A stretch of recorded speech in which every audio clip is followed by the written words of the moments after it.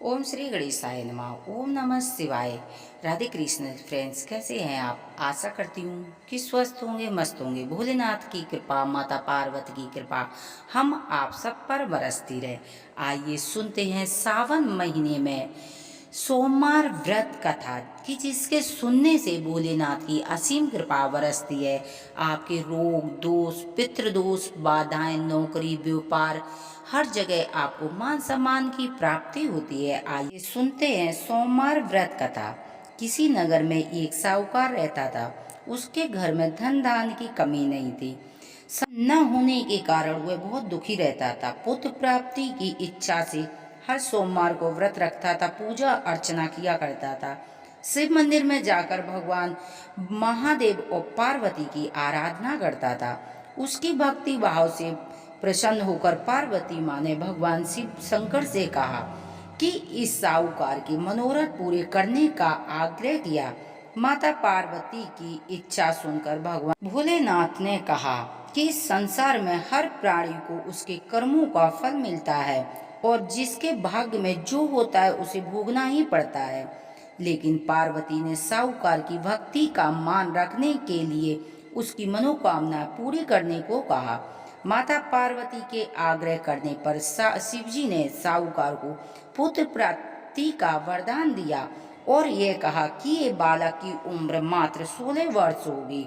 माता पार्वती और भगवान शिव की बातचीत साहूकार सुन रहा था, जिसे सुनकर न तो उसे खुशी हुई न दुख हुआ।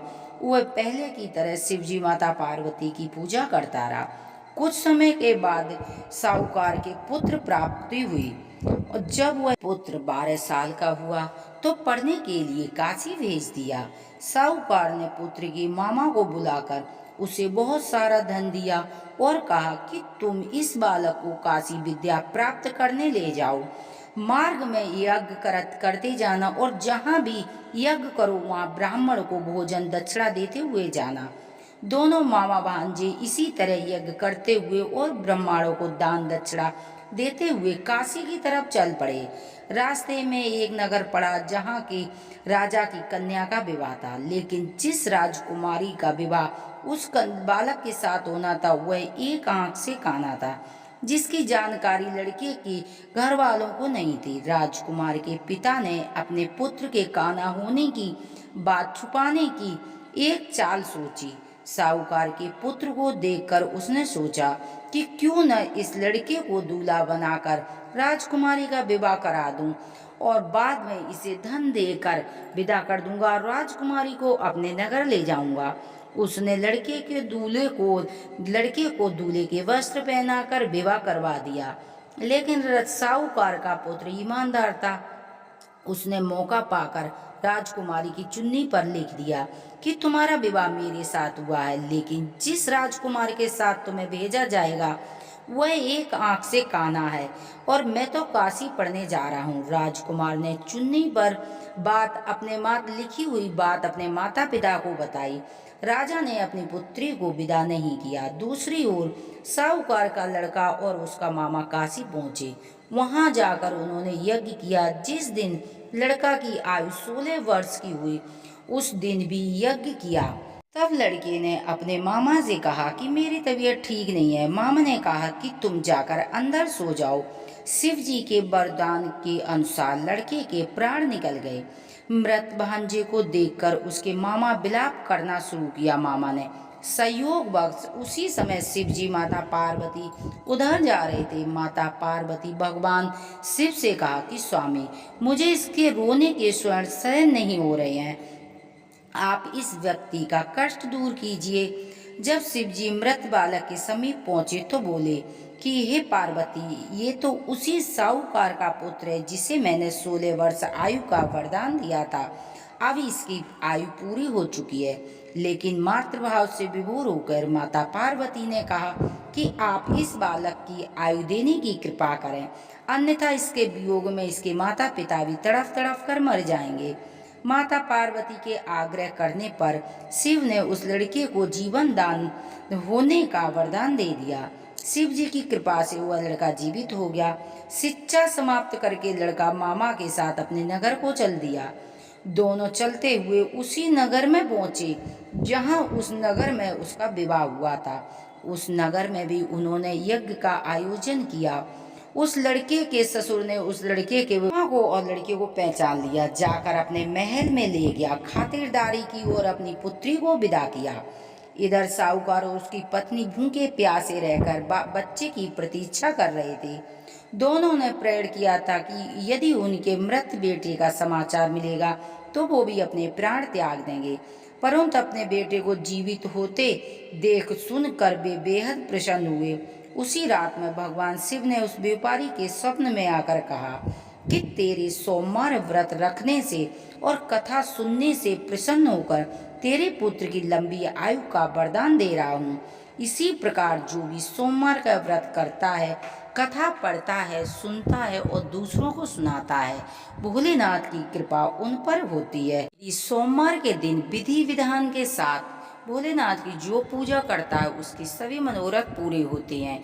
यदि कोई बहुत बड़ी विशेष मनोकामना है जो पूरी नहीं हो रही है तो शिव मंदिर में जाकर 108 चावल के दाने चढ़ाकर अपनी मनोकामना बोलेंगे, भोलेनाथ तत्काल पूरी करेंगे। तो सुनते हैं आरती। आरती के बिना कथा अधूरी मानी जाती है। ओम जय शिवी ओमकारा, बोले हरि शिवी ओमकारा, ब्रह्मा विष्णु सदा शिवी अर्धांगी धारा। ओम जय शिवी ओमकारा, एकानन चतुरानन पंचानन राजे, हंसासन गरुड़ासन विशिवाहन साजे। ओम जय शिवी ओमकारा, दो भुज चार चतुर्भुज, दस भुज अति सोहे, त्रिगुण रूप निरखिते त्रिभुजन जन मोहे। ओम जय हरे हरि महादेव, अच्छी माला वनमाला मुंडमाला धारी, त्रिपुरारी कंसारी करिमाला धारी। ओम जय शिवी ओमकारा, श्वेतांबर पीतांबर वागांबर अंगे, सनिकादिक ब्रह्मादिक भूतादिक संगे। ओम जय हरि हरि महादेव, करिके मादिक मंडल, चक्र त्रिशूलधारी, सुखकारी दुखहारी, जग पालनकारी। ओम जय शिवी ओमकारा, ब्रह्मा विष्णु सदा शिव जानती अभिवाक्षर के मध्य यह तीनों एका। ओम जय शिवी ओमकारा, लक्ष्मी सावित्री पार्वती संगा, पार्वती अर्धांगी शिव लहरी गंगा। ओम जय शिवी ओमकारा, पार्वती शोभे पार्वती शंकरी कैलासा, भांग धतूरक भोजन भस्मी में वासा।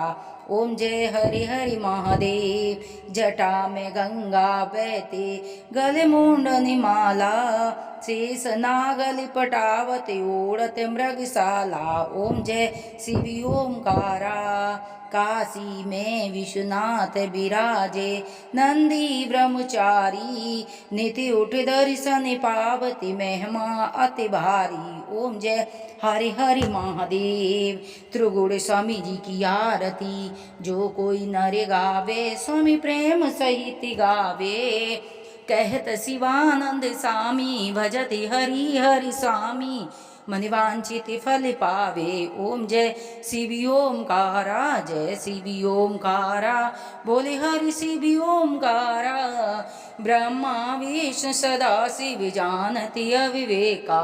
ओम जय शिवी ओमकारा, हर हर महादेव की जय। जो कथा पढ़ता है, जो कथा सुनता है, उस पर भोलेनाथ और माता पार्वती की कृपा रहती है।